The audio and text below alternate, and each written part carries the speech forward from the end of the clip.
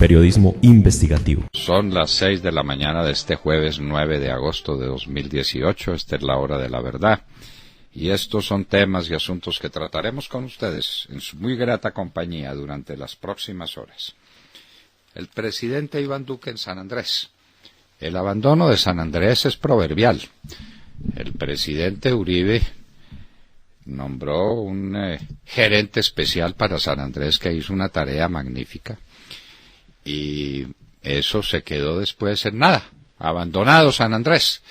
Y resulta que San Andrés, desde el punto de vista estratégico, es vital para Colombia. ¿Y cómo le parece, pues, un paraíso turístico que no tiene hospital? ¿Quién se anima a ir a San Andrés? Es que si me daño un tobillo, si me da una infección, si me da... no tengo donde me curen. No hay hospital en un paraíso turístico. En un paraíso turístico que está a 2 horas en avión de Bogotá o a 1 hora de la costa atlántica colombiana, en jet. Por favor, el abandono de San Andrés, el abandono en el que tuvo el señor Santos a San Andrés, es un abandono criminal desde el punto de vista de la más elemental estrategia geopolítica. Y esto nos viene a cuento también con la famosa consulta anticorrupción. Este es un embeleco de la señora Claudia López y de la señora, en fin, amiga de ella. Es un embeleco. ¿Eso para qué sirve? Lo que sirven son los proyectos de ley que el presidente Duque ha presentado ante el Congreso. Eso es lo que sirve. Y es por eso por lo que hay que trabajar. Pero ese embeleco nos va a costar 350.000 millones de pesos. Aquí hacemos una pregunta bien elemental. Arreglar y dejarlo perfecto. El hospital de San Andrés valdrá más de 35.000 millones de pesos. La 10ª parte de esa suma colosal que vamos a votar en una consulta que no sirve para nada, en la que nadie cree, que es un embeleco de un par de señoras bravas. Pero por favor, el gobierno dice que la va a apoyar, pues no estamos de acuerdo.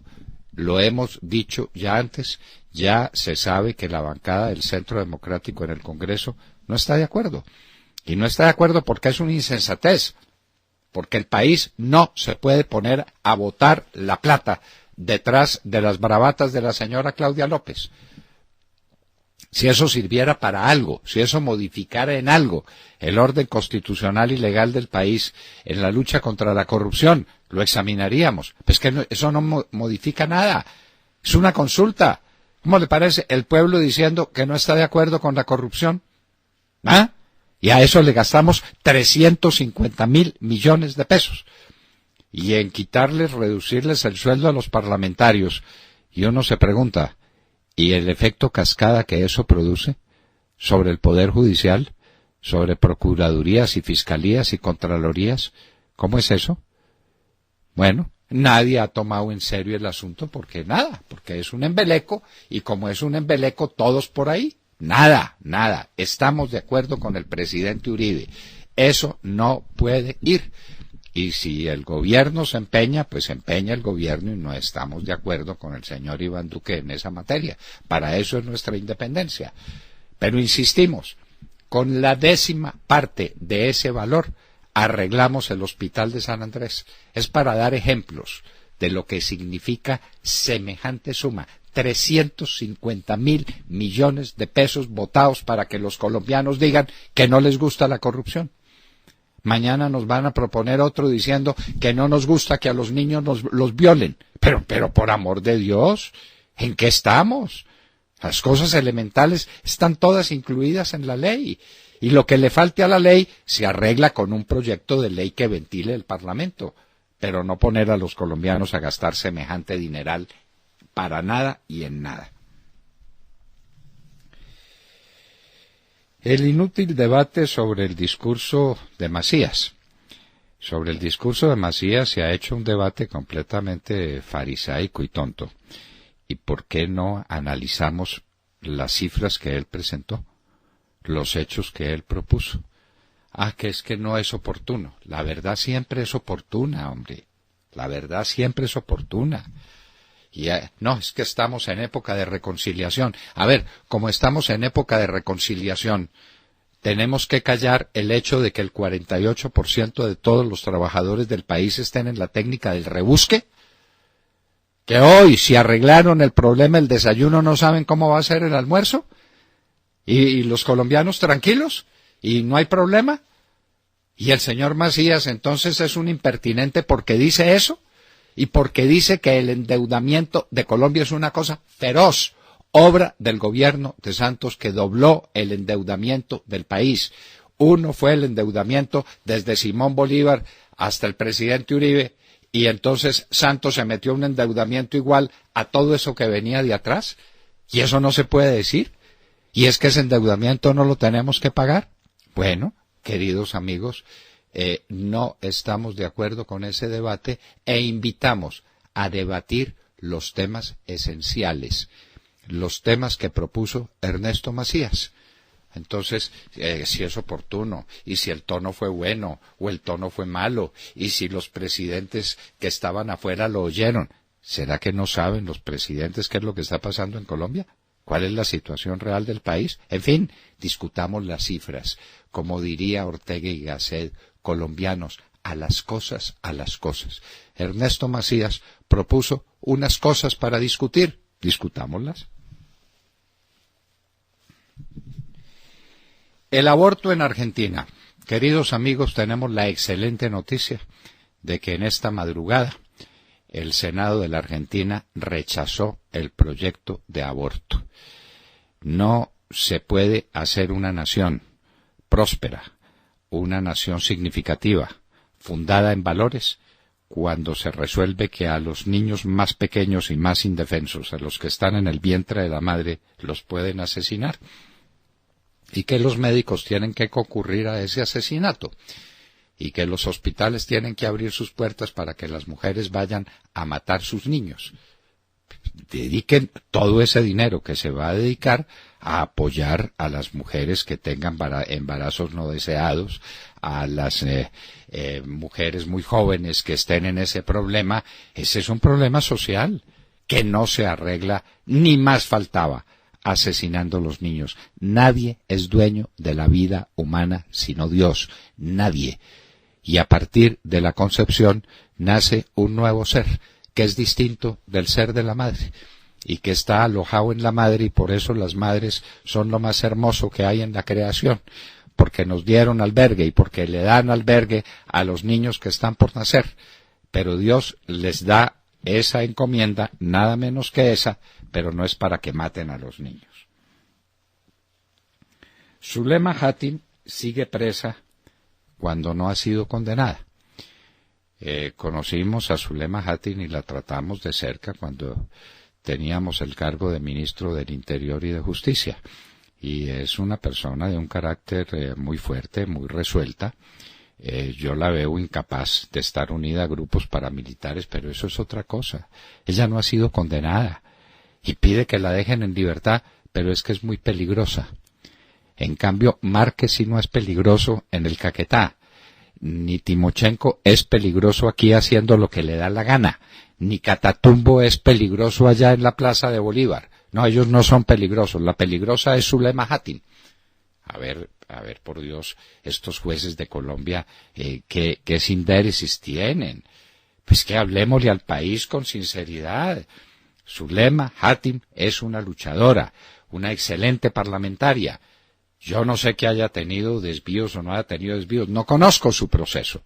Lo que sé es que no es una mujer peligrosa, no lo es.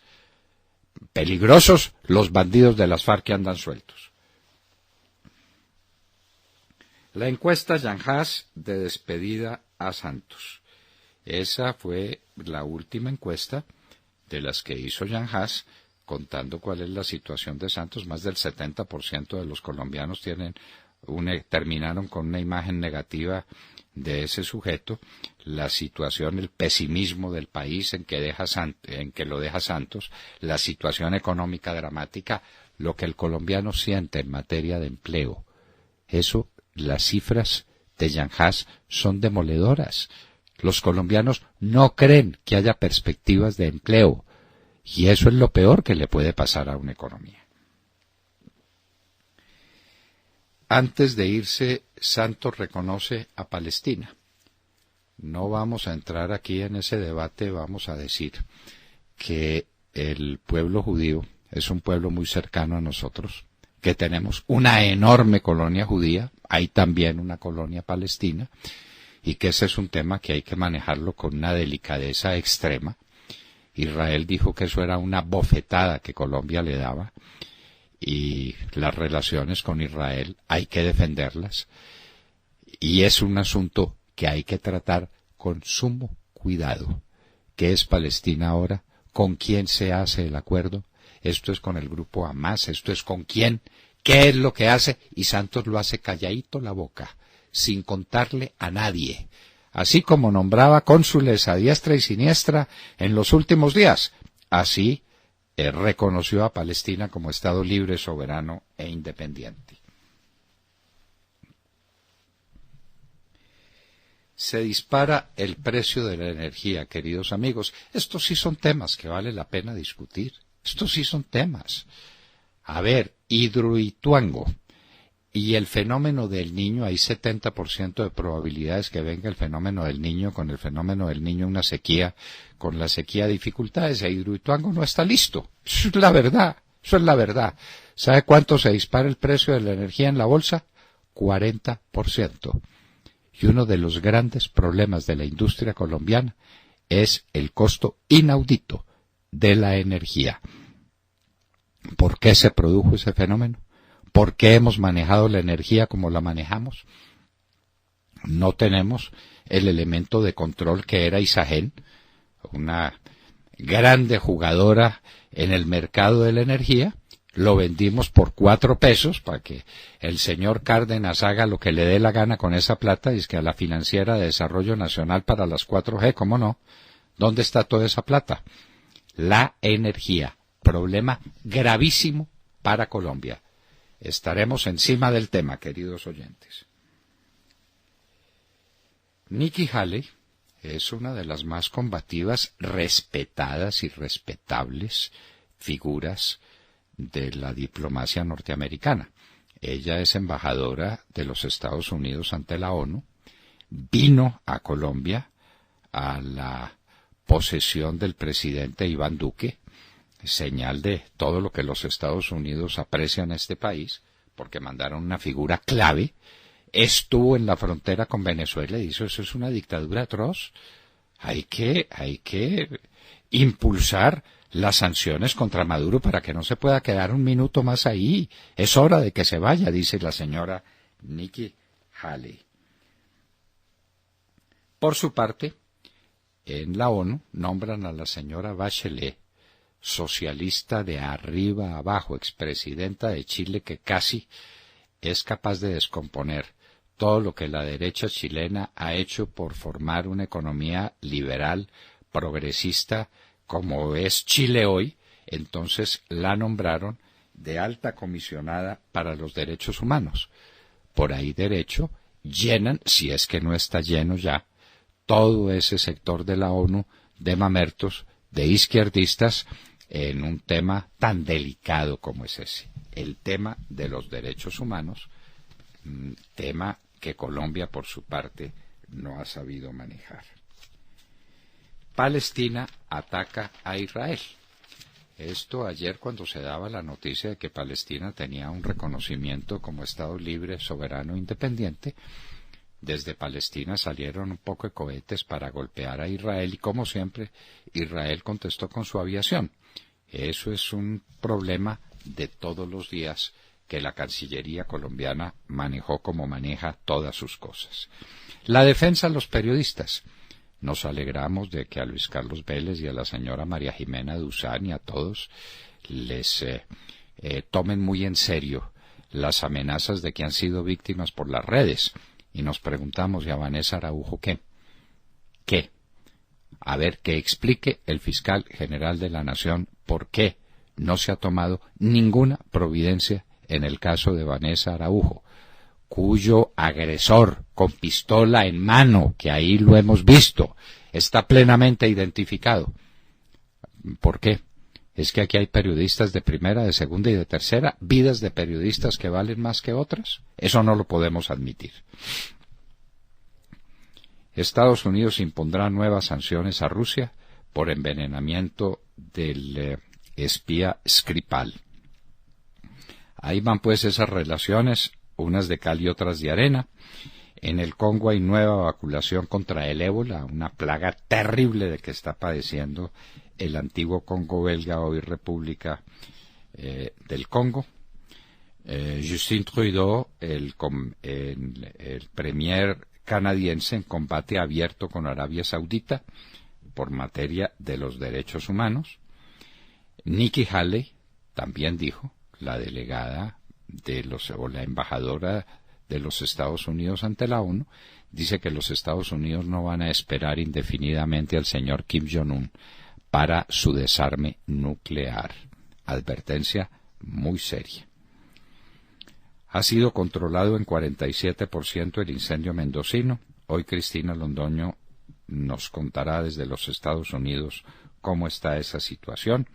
Parece que las bajas temperaturas ayudaron ayer a los bomberos y a los medios de extinción de los incendios con aviación. Allá no es con helicópteros como acá, porque Santos, que se robó pues toda la plata de la bonanza, no tuvo con qué gastarse unos millones de dólares en habilitar aviones para la lucha contra los incendios.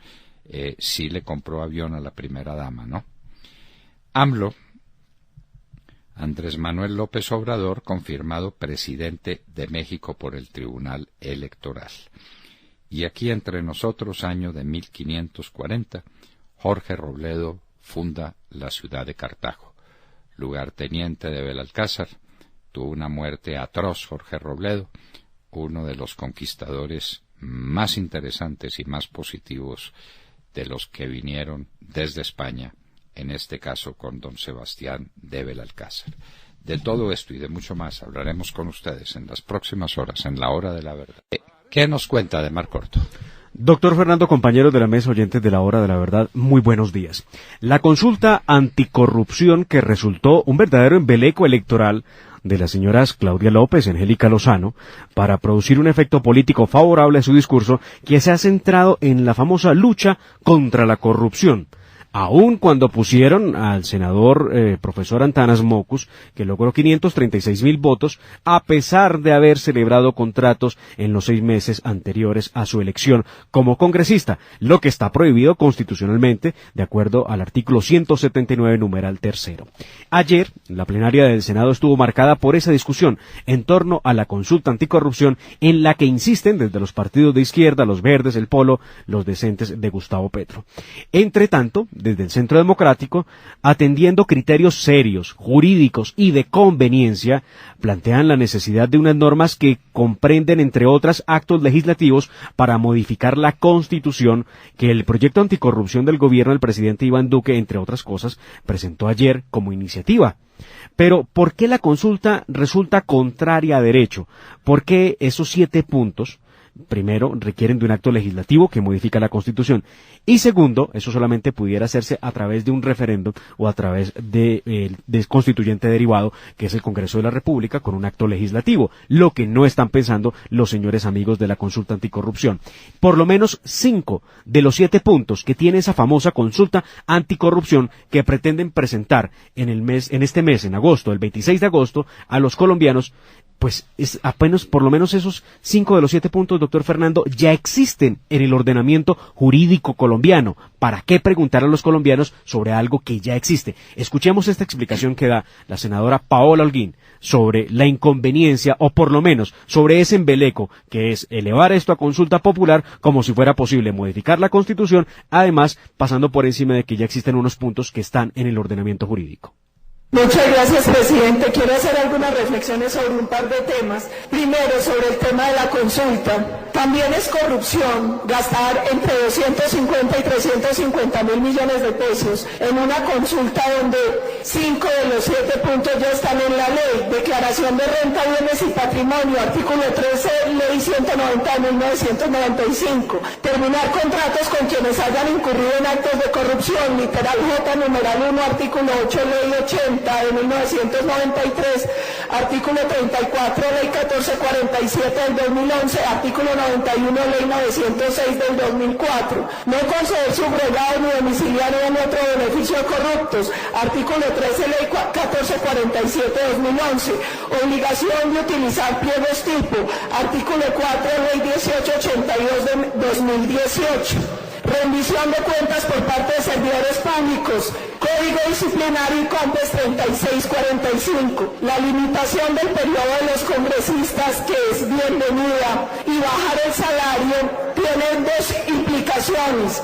Son reformas constitucionales y existe una duda jurídica sobre si eso se puede hacer vía consulta o no. El asunto, como lo dice la senadora Paola Holguín, también es la corrupción de pretender avanzar con una consulta que supondría el gasto entre 310 y 350 mil millones de pesos en unas elecciones que requieren de 12 millones de votos para luego darse cuenta que el mecanismo para reformar la Constitución no puede ser una consulta popular.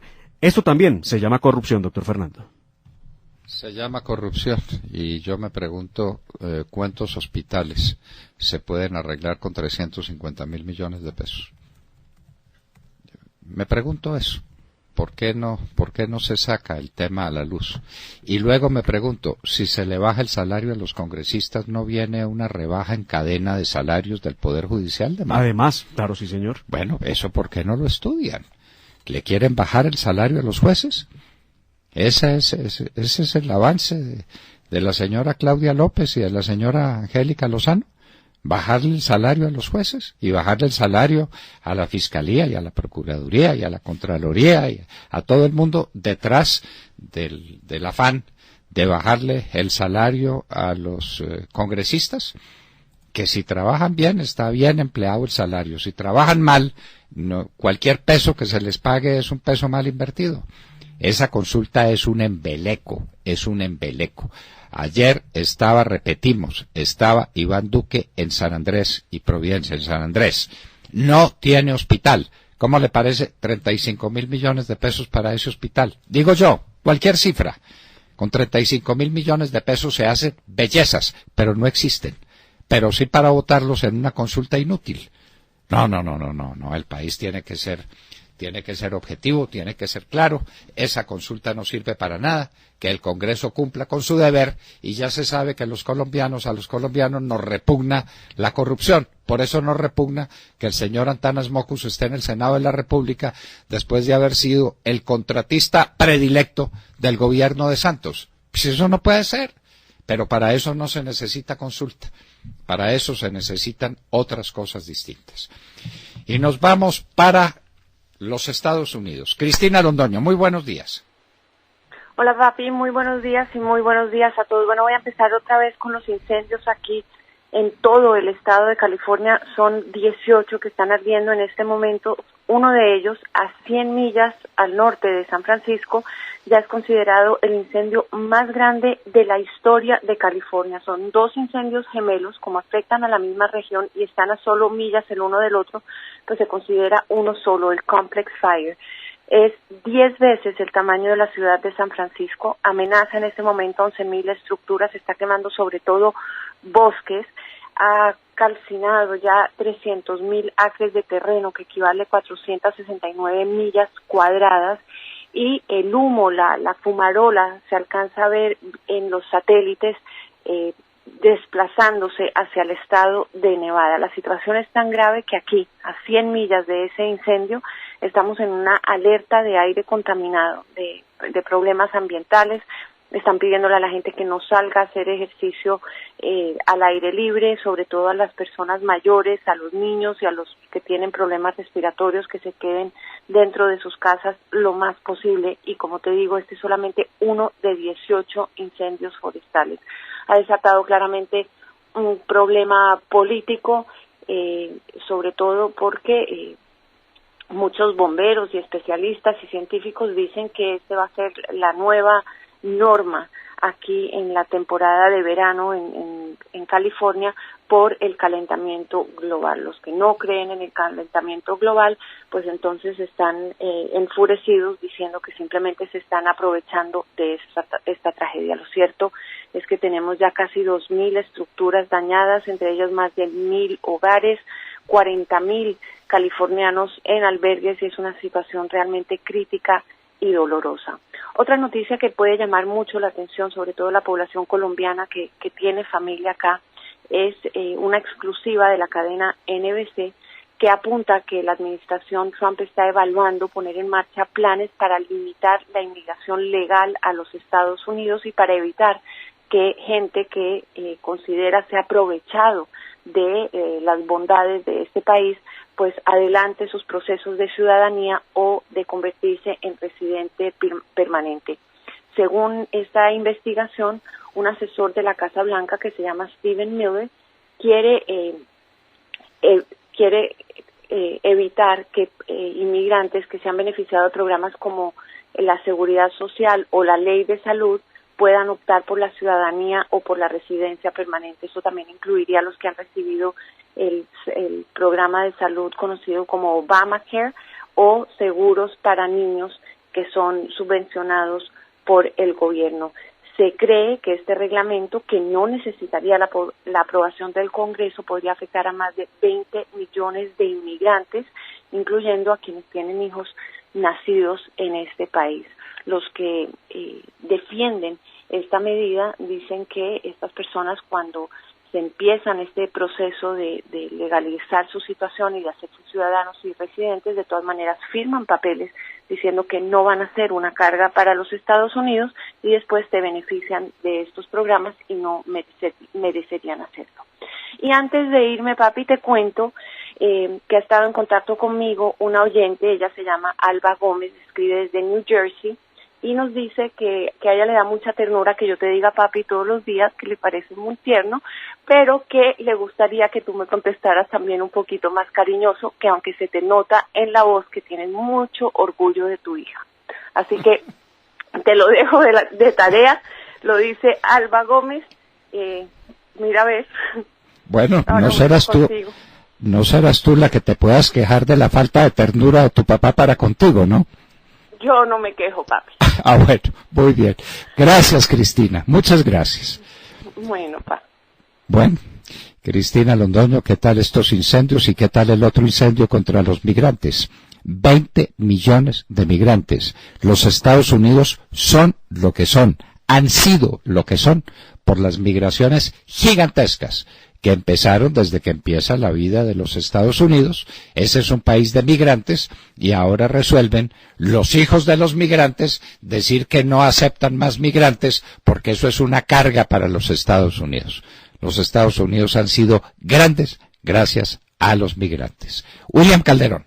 Hola, Doño, buenos días Colombia, gracias por invitarnos a sus hogares y a sus vehículos. Hoy es jueves 9 de agosto del año 18.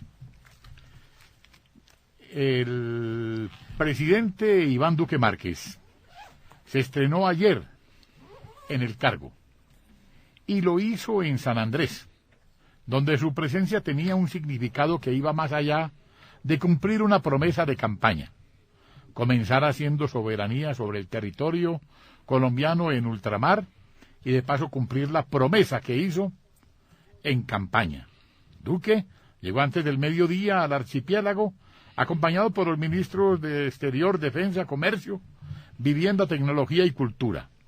Esta primera salida se realiza mientras arden las fronteras, desde San Andrés, Providencia y Santa Catalina, en el Catatumbo, en Tumaco y el Chocó, lo mismo que en Arauca, todo por cuenta del narcotráfico y de la penosa herencia que recibió de manos del expresidente de las FARC, quien por cuenta de su canciller salomónica dejó en manos de Nicaragua la suerte del archipiélago. Como lo recuerda en su obra Arden las fronteras el especialista Álvaro Sarama, en su magistral documento, en donde describe las condiciones de atraso relativo, de marginalidad, de violencia y de crisis social e institucional de las regiones fronterizas. Ahora, el señor presidente Duque visita al Catatumbo, tomado por los cultivos de coca, y se lo disputan también allí las FARC, el EPL, los helenos y los pelusos. Esta zona también la dejó el comandante Santiago en manos del crimen, con una guerra que solo deja desolación y muerte, con 2 paros armados de transporte y de comercio. Por eso llegará hoy el presidente Atibú, el nuevo presidente, a poner orden en la casa. Doctor Londoño, vamos a recuperar a Colombia. No cabe ninguna duda, de eso se trata. Empezamos por San Andrés y bueno, resolvamos el problema del hospital de San Andrés. Es que no hay plata, pero ¿cómo? Y si hay plata para tirarnos 350.000 millones de pesos en una consulta en la que vamos a decir que no nos gusta la corrupción, por favor, y no nos gustan los homicidios, y no nos gustan los robos, y no nos gustan los atracos, y no nos gustan las estafas, pues tantas cosas, una consulta para cada una de ellas. No, ni más faltaba. Vanessa Araujo. Doctor Fernando y queridos oyentes, muy buenos días. Ayer triunfó la vida en Argentina. Ayer miércoles, después de 17 horas de debate, se votó en el Senado de Argentina el proyecto de ley que buscaba legalizar el aborto hasta las 14 semanas de embarazo en cualquier caso. Como se esperaba, 31 senadores votaron a favor del proyecto para legalizar el asesinato de no nacidos, 38 decidieron defender la vida y 2 se abstuvieron. Fue una jornada angustiante para todos los argentinos que defienden la vida. El pasado 14 de junio ese mismo proyecto fue aprobado en la Cámara de Diputados, a pesar de que se esperaba que fuera rechazado. Por lo que ayer, aunque se preveía que la mayoría de los senadores rechazara la legalización del aborto, todos los pro vida estábamos muy nerviosos. A las 3 de la mañana, hora de Argentina, se logró la votación final. Y hasta esa hora, a pesar del frío y de la lluvia, las calles cercanas al Congreso estaban llenas de manifestantes, tanto abortistas como pro vida. A pesar de la tensión en todo el país y sobre todo afuera del Congreso, el tono dentro del recinto fue mesurado, fiel al protocolo del Senado. El senador Esteban Bullrich, exministro de Educación de Mauricio Macri, ferviente católico y defensor del no a la ley, hizo una presentación que resumió la posición de los grupos antiabortistas. El embrión tiene derechos constitucionales desde el momento de la concepción. No será menos trágico un aborto porque se haga en un quirófano. No, será igual de trágico. El objetivo es que no haya más abortos en Argentina. Eso sí es aspirar a más, dijo en su intervención. Con lo sucedido ayer, esta iniciativa para legalizar el aborto en todos los casos no podrá volver a presentarse en el Congreso argentino sino hasta el próximo periodo parlamentario, es decir, hasta marzo de 2019. Entonces, felicitaciones Argentina, país donde a pesar de que algunos grupos feministas y de izquierda presionan diciendo que se trata del derecho de la madre sobre su propio cuerpo, ganó la vida. Y el aborto por ahora seguirá siendo castigado como lo que es, un asesinato. La madre, en defensa de su cuerpo, se puede hacer cirugía en la cara y cambiarse las pestañas y hacerse muchas cosas y hacerse liposucción, hacerse lo que quiera, pero no puede disponer de una vida distinta, que es la vida de la criatura, que es la vida del niño. Esa vida es sagrada desde el momento de la concepción. Este es un problema filosófico, teológico, en el cual no daremos nuestro brazo a torcer jamás, jamás. El niño tiene derecho a vivir.